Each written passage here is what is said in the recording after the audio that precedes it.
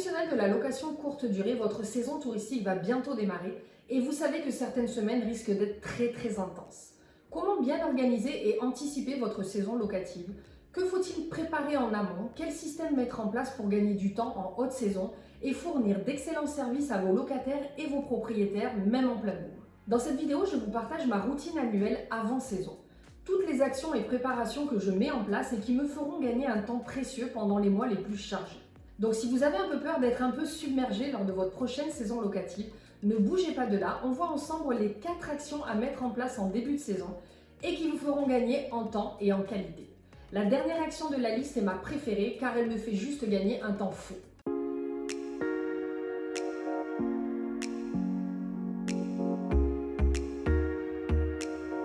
Salut les réseaux, j'espère que tout le monde va bien. Je suis Carole Anita, experte en intendance et gestion de résidences locatives. J'aide les entrepreneurs et propriétaires à démarrer ou développer leur activité en leur donnant toutes les astuces et outils nécessaires pour réussir.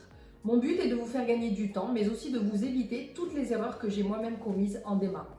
Que vous soyez propriétaire d'un bien locatif, conciergerie spécialisée dans la location courte durée ou professionnel de l'entretien, il sera dans votre intérêt de vérifier que toutes ces actions soient correctement mises en place.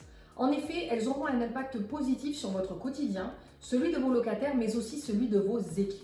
Aujourd'hui, je vais juste survoler chaque thème car sinon la vidéo serait bien trop longue. Mais je vous invite à me dire en commentaire ou en message privé sur les réseaux lesquelles de ces actions vous intéressent le plus et je vous ferai prochainement des vidéos plus complètes sur chaque sujet. La première chose à faire pour s'assurer d'être organisé en pleine saison, ça va être évidemment de parfaitement préparer le bien immobilier. C'est ce que j'appelle l'ouverture de maison. Certaines propriétés restent fermées pendant des semaines, voire des mois, et pour d'autres, ce sont les propriétaires qui y ont séjourné plusieurs fois en basse saison. Un grand ménage de réouverture est donc indispensable, même si un petit entretien a été fait chaque semaine en hiver. On fera en général tous les éléments les plus difficiles d'accès, soit parce qu'ils sont trop lourds à déplacer ou trop hauts, ceux pour lesquels on a besoin d'équipements spéciaux pour les nettoyer à fond, échelles, karcher, ponceuses, etc. On videra aussi tous les placards et on réorganisera toute la maison si besoin. Le but est de reprendre en main la propriété et de repartir sur un lieu parfaitement propre, organisé et optimisé pour les locataires, mais aussi pour les équipes de ménage. La deuxième chose qui vous assurera de gagner un temps fou en pleine saison et que vos équipes de ménage apprécieront aussi, ce sera de bien organiser le linge et les produits d'accueil pour la maison et les locataires. En début de saison, je prends le temps de revérifier en détail l'état du linge de maison. Selon les cas, il m'arrive même de le faire dès le mois de janvier pour pouvoir profiter du fameux mois du blanc et commander à meilleur prix les nouvelles parures de lit. J'informe les propriétaires s'il y a besoin d'un réassort pour remplacer du linge trop abîmé ou perdu la saison passée.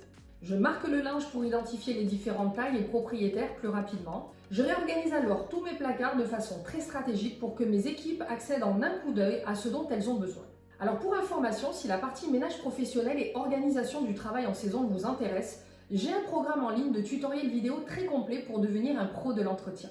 Dans le module numéro 8, j'aborde justement toute la thématique du linge de maison avec mes conseils en organisation. Je vous laisse le lien en barre d'infos pour plus de détails.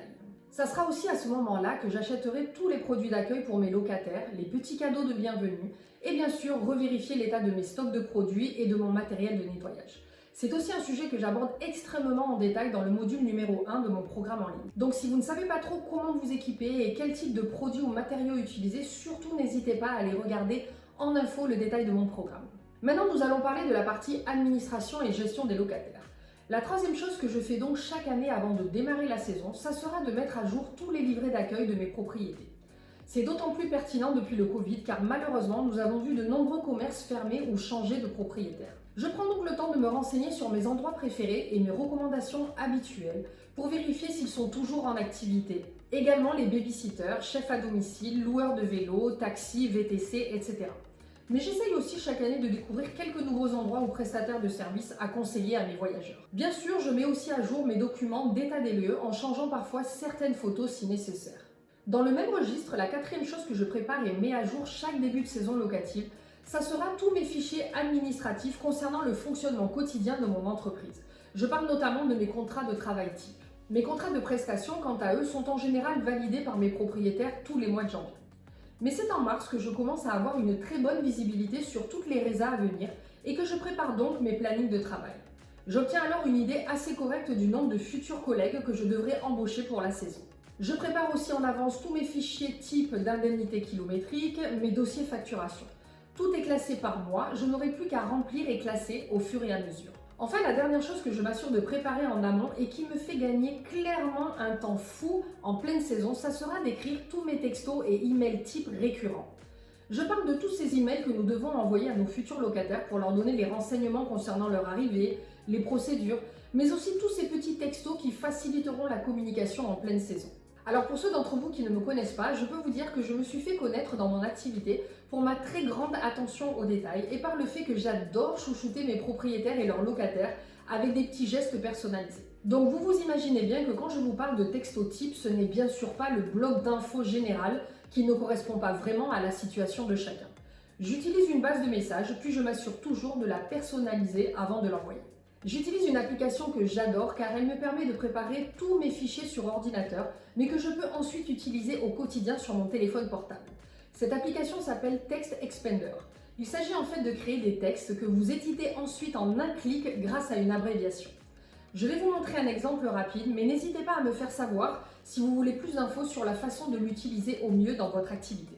Donc je vais vous montrer comment j'utilise l'application Text Expander. J'ouvre mon application Text Expander sur mon portable. Comme vous le voyez, j'ai déjà configuré plein de dossiers bien organisés. J'ouvre le dossier qui m'intéresse et dans lequel il va y avoir donc plusieurs emails ou textos types que j'ai prédéfinis en avance. Donc par exemple, j'en choisis un, celui qui concerne la confirmation de réservation. Vous voyez, j'ai écrit donc une version en français et en anglais. Si vous voulez, d'ailleurs, je vous conseille aussi peut-être de séparer les versions françaises et anglaises dans deux fichiers différents. C'est peut-être un petit peu plus facile en termes d'organisation. Donc ensuite, ce qui se passe, c'est que je veux l'envoyer par exemple soit par texto, soit WhatsApp ou une réponse sur Airbnb ou par email. Donc là, je vais ouvrir un message et je vais donc sélectionner le clavier de Text Expander et je n'ai plus qu'à mettre l'abréviation qui correspond au message que je souhaite envoyer.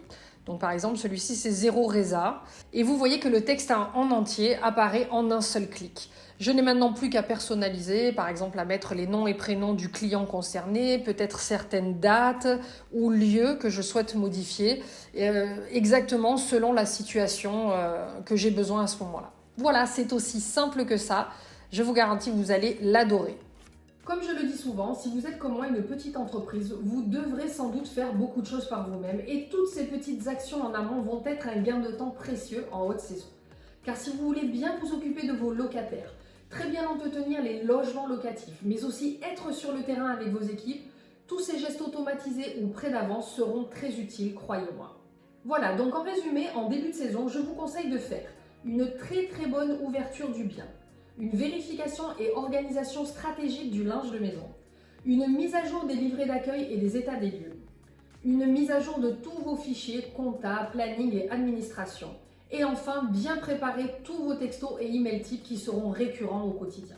Du coup, j'attends vos retours pour me dire sur quel thème vous voulez que je vous fasse une vidéo plus complète. En attendant, merci de soutenir ma chaîne en vous abonnant, ça me garde motivé à vous partager du contenu de qualité toutes les semaines. Allez, je vous dis à très vite!